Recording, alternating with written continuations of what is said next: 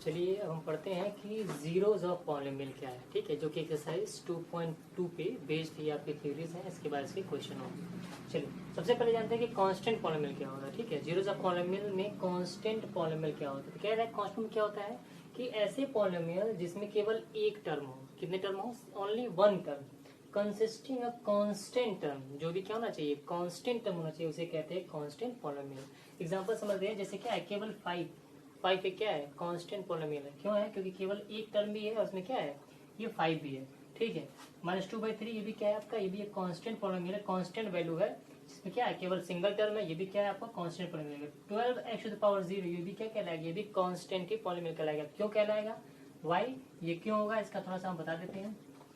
जैसे 12x⁻0 आपने पढ़ा होगा इससे पहले कि किसी भी नंबर का अगर पावर 0 होती है तो इसकी वैल्यू क्या होती है? 1 होता है। पढ़ा होगा? It I am right? ठीक है, तो क्या होगा? 12x⁻0 मतलब क्या होगा? ये 12 इंटू 1 का पावर, x⁻0 मीन्स 1, यानी क्या हो गया? 12 हो गया। क्या कहलाएगा? ये भी कांस्टेंट बन गया। तो कोई भी पॉलिनोमियल ऐसा हो जिसका पावर 0 होगा, ठीक है, वेरिएबल का पावर 0, इसकी वैल्यू 1 हो जाती है, तो भी क्या कहलाएगा? वो भी कांस्टेंट पॉलिनोमियल के नाम से ही जाना जाएगा। अब जानते हैं कुछ नोट क्या करने वाली बात इसमें है कि नोट ये करिए कि the degrees of the non zero constant polynomials is 0। कह रहा है कि कोई भी डिग्री जो होगा non zero polynomial constant polynomial का हमेशा क्या होता है? 0 होता है। जैसे एग्जांपल 2x⁻0 क्या है? इसका डिग्री क्या है? 0 है, तो क्या कहलाएगा? ये कांस्टेंट पॉलिनोमियल कहलाएगा, जिसकी वैल्यू क्या होगी? 2 इंटू x⁻0 क्या होता है? x⁻0 इक्वल टू 1 होगा, तो 2 इंटू 1 क्या कहलाएगा? ये कांस्टेंट पॉलिनोमियल कहलाएगा। दूसरी चीज जान लें, जीरो पॉलिनोमियल क्या होता है। जीरो और जीरोज ऑफ पॉलिनोमियल दोनों डिफरेंस है। पहले हम जानते हैं जीरो पॉलिनोमियल क्या होता है। तो जीरो पॉलिनोमियल वो पॉलिनोमियल होता है जिसमें क्या होता है? जिसमें केवल एक टर्म हो। जैसे इसमें एक टर्म था, इसमें भी एक टर्म होंगी, लेकिन इसका जो टर्म होगा वो क्या होगा? वो 0 ही होगा और दूसरा कुछ नहीं होगा। 5 जीरो पॉलिनोमियल नहीं है, क्योंकि यहाँ पे क्या है? इसकी वैल्यू है। लेकिन जीरो पॉलिनोमियल क्या होगा?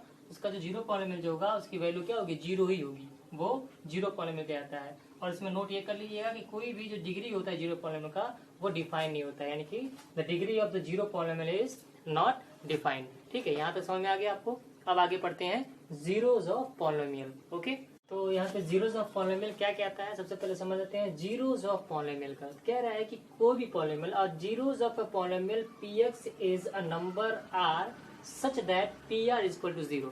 यानी कि किसी भी गिवन पॉइंट पे, किसी भी गिवन वैल्यू पर किसी पॉलिनोमियल की जो वैल्यू जो पूरी हो जाएगी, अगर जो पूरी वैल्यू क्या हो जाएगी, अगर पूरी वैल्यू अगर 0 हो जाता है तो क्या कहलाएगा? वो जीरोज ऑफ पॉलिनोमियल कहलाएगा। जैसे x² - 1।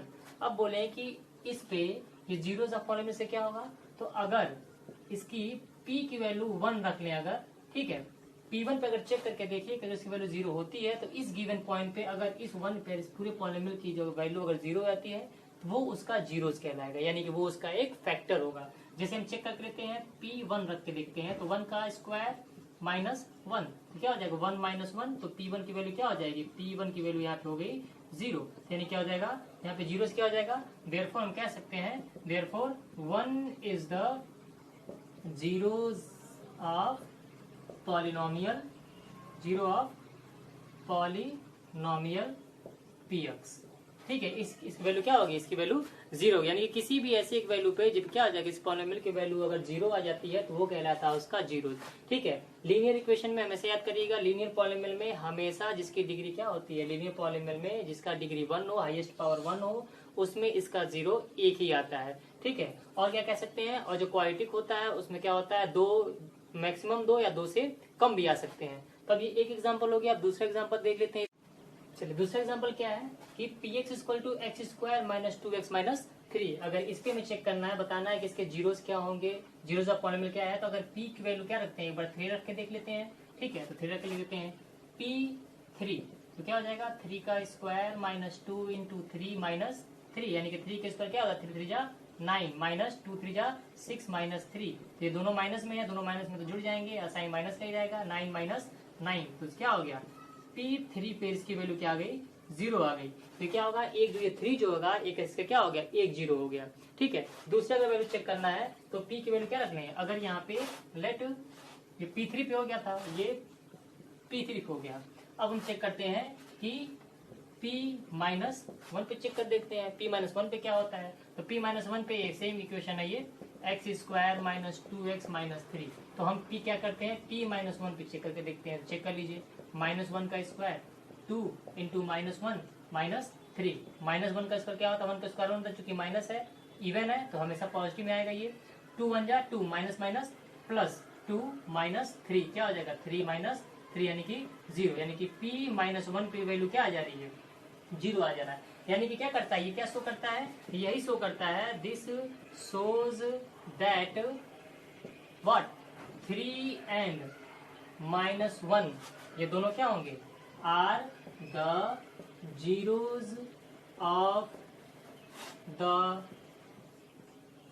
जीरोज ऑफ किसका? Of polynomial px। यानी कि क्या हो जाएगा? जीरोज हो जाएंगे। 3 और -1 रखने पे इस इक्वेशन में इसकी वैल्यू 0 आ गई, इसीलिए क्या कहलाएंगे? जीरोज ऑफ पॉलिनोमियल कहलाएगा। यानी कि अगर हमें चेक करना है कि ये जीरोज है कि नहीं है, तो किसी भी इक्वेशन में अगर क्या करते हैं, वैल्यू पुट करते हैं, अगर ये उस वैल्यू पर अगर इसकी वैल्यू 0 आ जाती है तो वो उसका जीरोज कहलाएंगे। अगर वैल्यू नहीं आती है, उस पर 0 रखने पे 0 नहीं आता है, तो क्या कहलाएगा? वो उसका 0 नहीं होगा। ठीक है, सबको समझ आया? अब हम आगे चलते हैं कि जीरोज ऑफ पॉलिनोमियल कैसे, अगर जीरोज तो निकलना आ गया कि जीरोज ऑफ पॉलिनोमियल है कि नहीं ये बता लेंगे। जिस वैल्यू पर, गिवन वैल्यू पर उस पॉलिनोमियल की वैल्यू 0 आ जाएगी, वो जीरोज ऑफ पॉलिनोमियल होगा। जैसे यहाँ पे 3 रखने पे 0 आ गया, और जिस पे 0 रखने पे अगर वैल्यू रखने पे 0 नहीं आती है तो वो उसका 0 नहीं कहलाएगा। वो क्या कहलाएगा? बस उस वैल्यू पे, उस x की वैल्यू पे उस पॉलिनोमियल की वैल्यू कहलाएगी, अगर 0 नहीं आता है। Okay, value of polynomial at a given point, यानी कि कोई पॉलिनोमियल दिया है तो उसके किसी एक गिवन पॉइंट पे इस पॉलिनोमियल की वैल्यू क्या होगी। ठीक है, फिर इसके बाद हम जीरोज ऑफ पॉलिनोमियल निकालेंगे।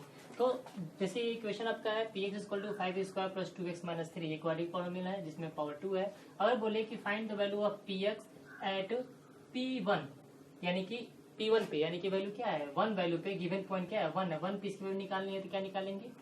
p1 = 5 × 1 का पावर 2 प्लस 2 × 1 - 3। तो 5, 1 का स्क्वायर 1 होता है, तो 5 × 1 प्लस 2 1 या 2 - 3 क्या हो जाएगा? 5 + 2 - 3 यानी कि 7 - 3 = 4। यानी कि इस गिवन पॉइंट पे p1 पर इस पॉलिनोमियल की वैल्यू क्या, इस पॉलिनोमियल की वैल्यू क्या आती है? 4 आती है। सिमिलरली अगर इसी की वैल्यू p3 पे, p0 को पूछता है, p0 को फाइंड करिए। 0 अगर गिवन पॉइंट है तो अगर यहाँ पे क्या निकालते हैं? p0 निकालते हैं। p0 क्या हो जाएगा?